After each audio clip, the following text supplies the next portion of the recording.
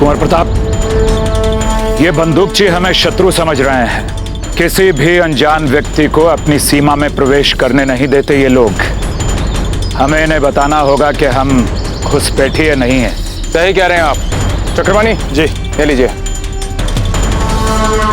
देखिए, हम आपसे लड़ना नहीं चाहते, शांतिपूर्वक मैत्री वार्ता करना चाहते हैं। देखिए, हम यहाँ आपसे लड़ने नहीं आए हैं, शांतिपूर्वक बात करने आए हैं। महान वीर योद्धा राणा उदय सिंह जी के पुत्र मेवाड़ के कुंवर प्रताप आपके दल के नेता से बात करना चाहते हैं।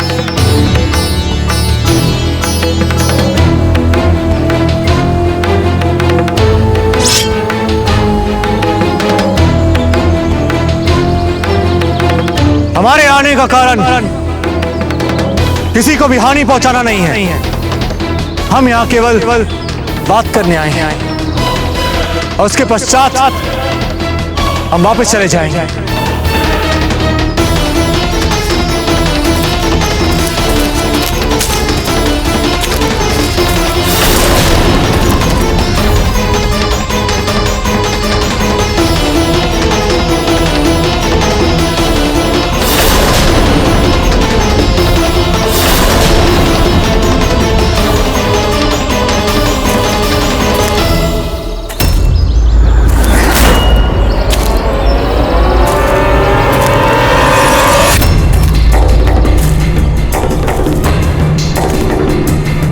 तुम में से कुंवर प्रताप कौन है?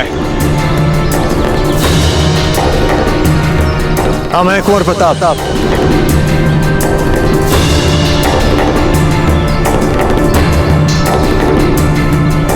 तेरी इतनी जरूरत कि तूने शहंशाह के सामने अपनी जबान काट ली?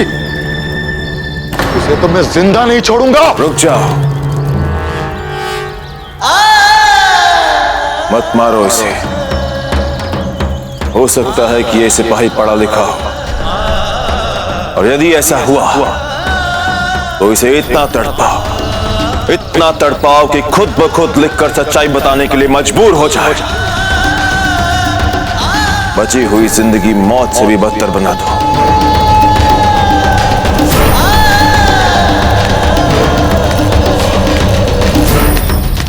तू ऐसे ही तड़पता रहेगा यहां जब तक सच्चाई नहीं बता देता, समझा?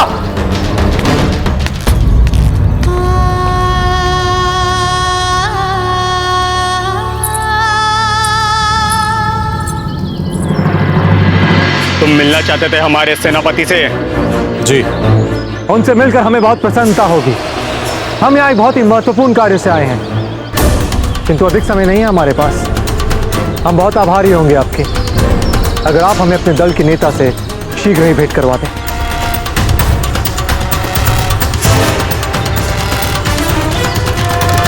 ठीक है, हम अभी आपकी मुलाकात कराते हैं। आप यहाँ से बाहर उड़ जाइए जंगल की तरफ, वहीं पे हमारे सेनापति आपको मिल जाएंगे। धन्यवाद। ठहरिए, आप कोई हथियार अपने साथ नहीं ले जा सकते। ये क्या बात हुई?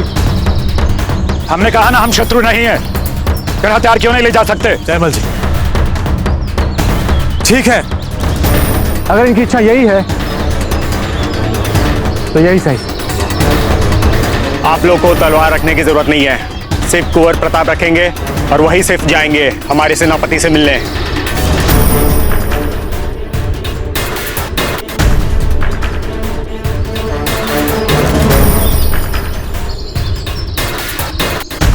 अपना ध्यान रखिएगा कुंवर प्रताप। चिंता मत कीजिए आचार्य जी, हम शीघ्र ही वापस आएंगे।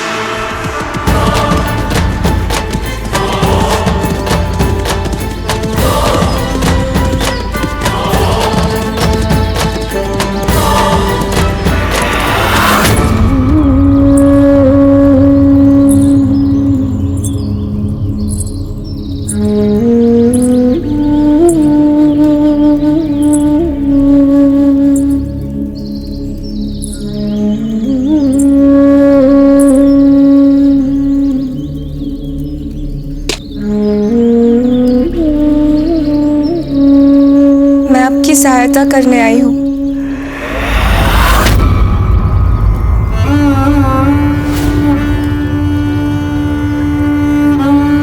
आपको मुक्ति दिलाने आई हूँ।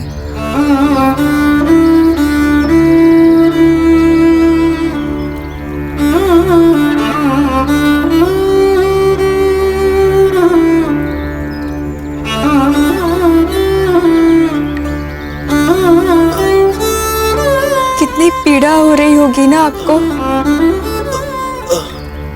मैं समझ सकती हूँ आपकी इस पीड़ा को।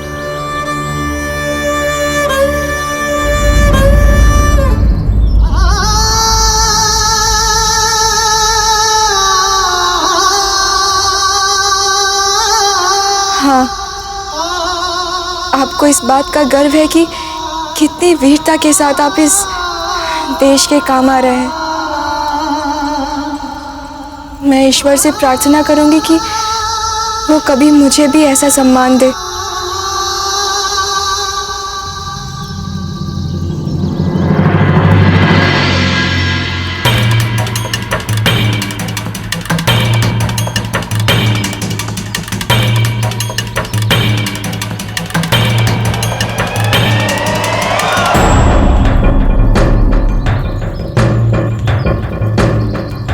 ए लड़की,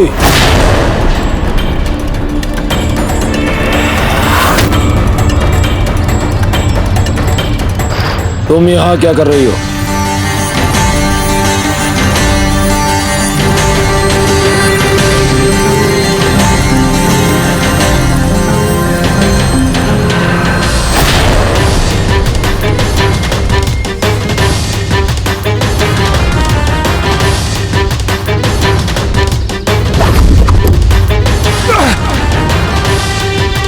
किसने हम पर छुपकर छुरा फेंकने का दुस्साहस किया? सामने आओ!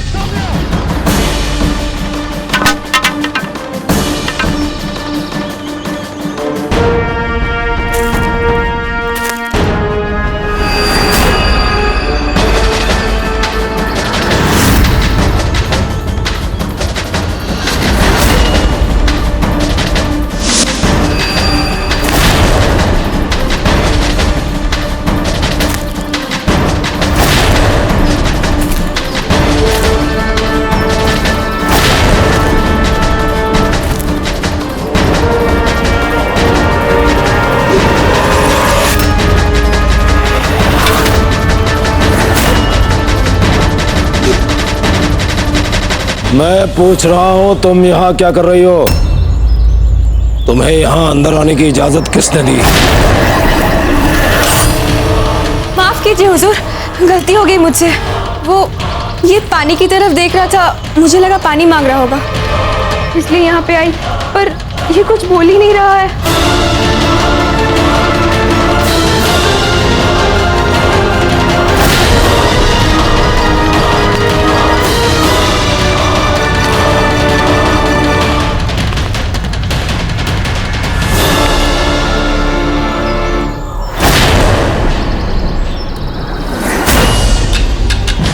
सिपाहियों, बंदी बना लो इसे।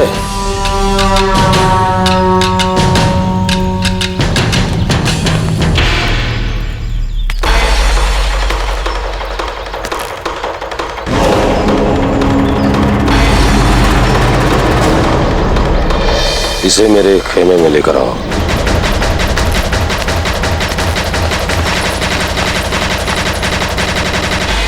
क्या है ये सब? ये सब हो क्या रहा है? तुम सेनापति को ढूंढ रहे थे ना? मैं हूं सेनापति जाफर खान। मिलो मुझसे।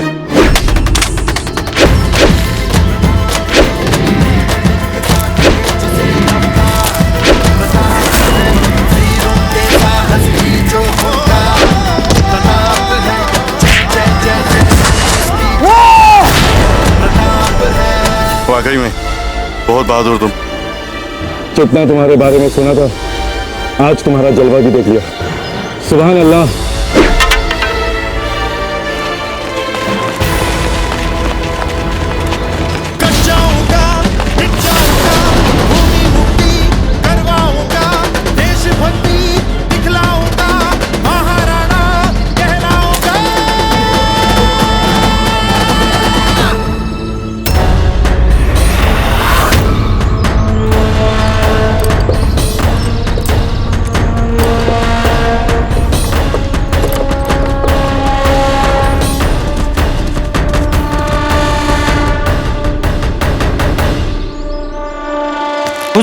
हुजूर, अभी एक काफिला देखा मैंने, चित्तौड़ की तरफ अनाज और राशन ले जा रहा है। हमें फौरन उस काफिले को उसके मंजिल से पहले रोकना होगा और उसका सारा अनाज लूटकर अपने फौज के लिए हथियाना होगा।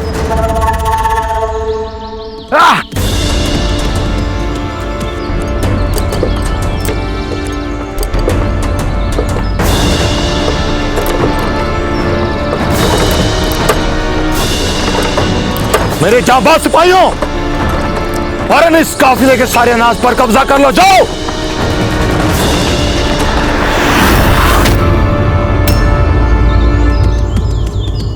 सैनिकों, सारे बैलगाड़ियों पर कब्जा कर लो।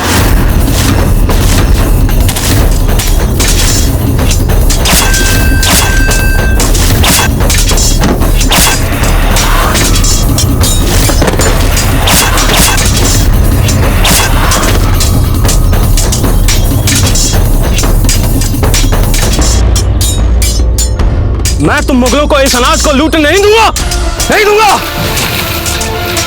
सैनिकों, रोको उसे, वरना वो सारा अनाज जला डालेगा।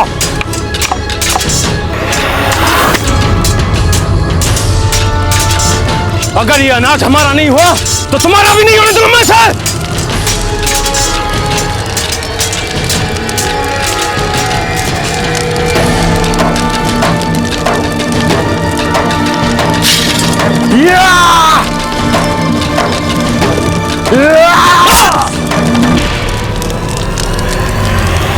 आशा करते हैं कुंवर प्रताप शीघ्र इस महल में वापस लौट आए। वैसे भी हमारा एक संदेशवाहक अकबर के हाथों पड़ चुका है।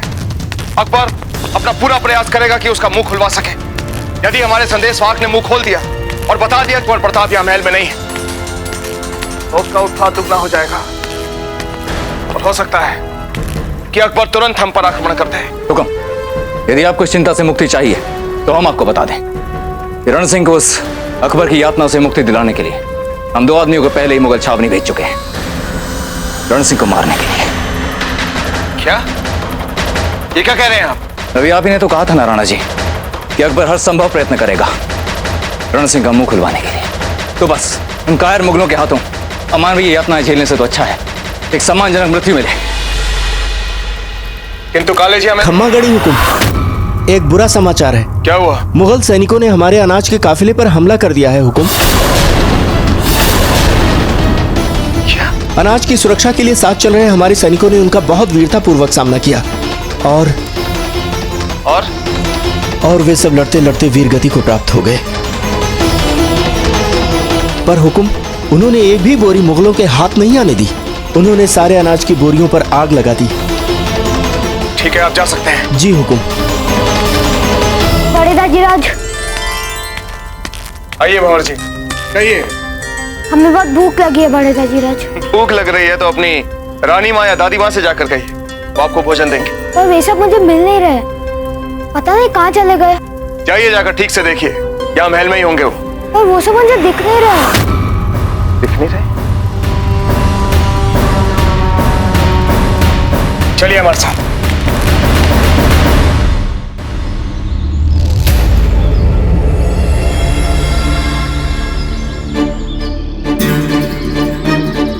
ताज्जुब की बात है, इतने बड़े राज्य के कुंवर को आज हमारे पास आने की क्या जरूरत आ पड़ी? आप ये व्यंग की भाषा में हमसे बात क्यों कर रहे हैं? क्योंकि राजपुताने से हमेशा आप ही तो लड़ते आए हैं हमसे। जी नहीं, ये सत्य नहीं है। हमने आज तक किसी से भी धर्म के आधार पर युद्ध नहीं किया।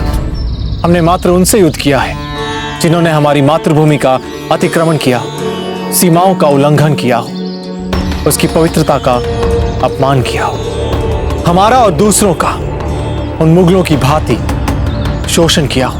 घर से बेघर होने का दर्द भला हमसे बेहतर और कौन जान सकता है कुंवर प्रताप। हमारे साथ भी ऐसा किया उन्होंने और इन्हीं मुगलों की वजह से हमें घर से बेघर होना पड़ा। भूले नहीं हैं हम समझ सकते हैं। वो मुगल अपने आप को देश का शहंशाह मानता है। अपनी संपूर्ण सेना और गोला बारूद के साथ हमारे दुर्ग पर आक्रमण करने वाला है।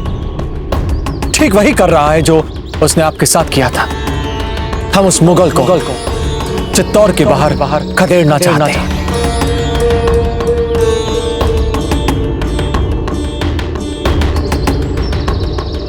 हमने सुना है कि आपके पास 1000 कुशल सिपाही हैं जो अपने बंदूक के सटीक निशाने के लिए प्रसिद्ध है। हमें आपकी सहायता चाहिए उस मुगल का मुंह तोड़ता देने के लिए, उसका सामना करने के लिए। इसलिए हम सब यहां आए आपके पास।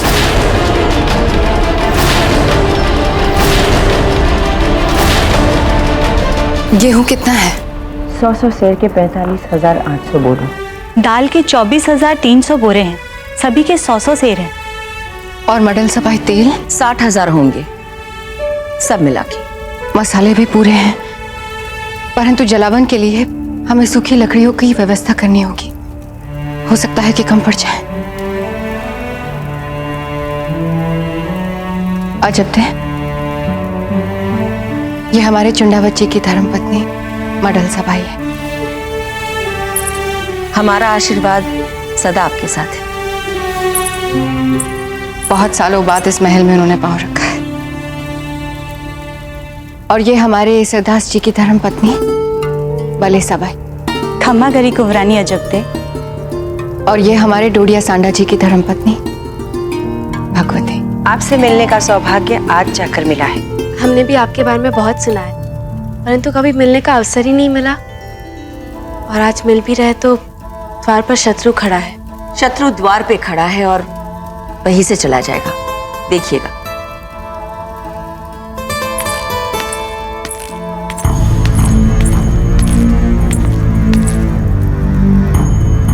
कुंवर रानी जी आ गए हैं खान जी। छोटी माँ, हमने कमलों की स्थिति का पता किया है और वे हमारे पास अधिक मात्रा में भी है, परंतु तंबू कम पड़ रहे हैं। हमें उनकी व्यवस्था करनी होगी। हमारा मतलब है कि यदि हम एक परिवार को एक तंबू दे तो कम से कम 600 और तंबुओं की व्यवस्था हमें करनी होगी। आप तुरंत तंबू बनाने में लग जाइए। प्रतिदिन कम से कम 20 तंबू दे दीजिए। हम नहीं चाहते कि राणा जी ने जिन्हें शरण दी है उन्हें रहने या सोने में कष्ट पड़े। आप बेफिक्र हैं रानी साहब, हम दिन रात जाग कर भी ये तंबू तैयार करेंगे। पर हम आपकी मदद क्यों करें? आप तो हमारे लिए एक अजनबी, एक शहजादे, एक सियासी रियासत मेवाड़ के नुमाइंदे। आप यहाँ अपने जाती फायदे के लिए आए हैं। आपकी जाती लड़ाई अकबर के साथ। भला इस फिजूल की जंग में हम अपने हाथ क्यों जलाएं? ये बात हमारे कुछ गले नहीं उतर रही है।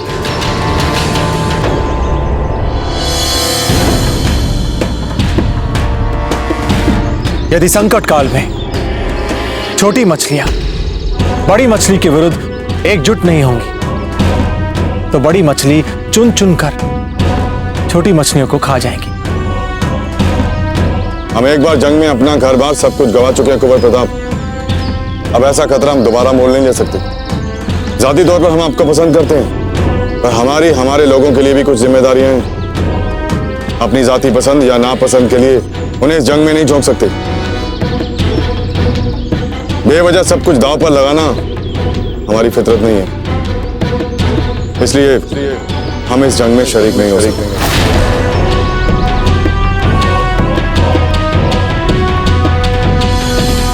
इसलिए आप सब लोग यहां से जा सकते हैं।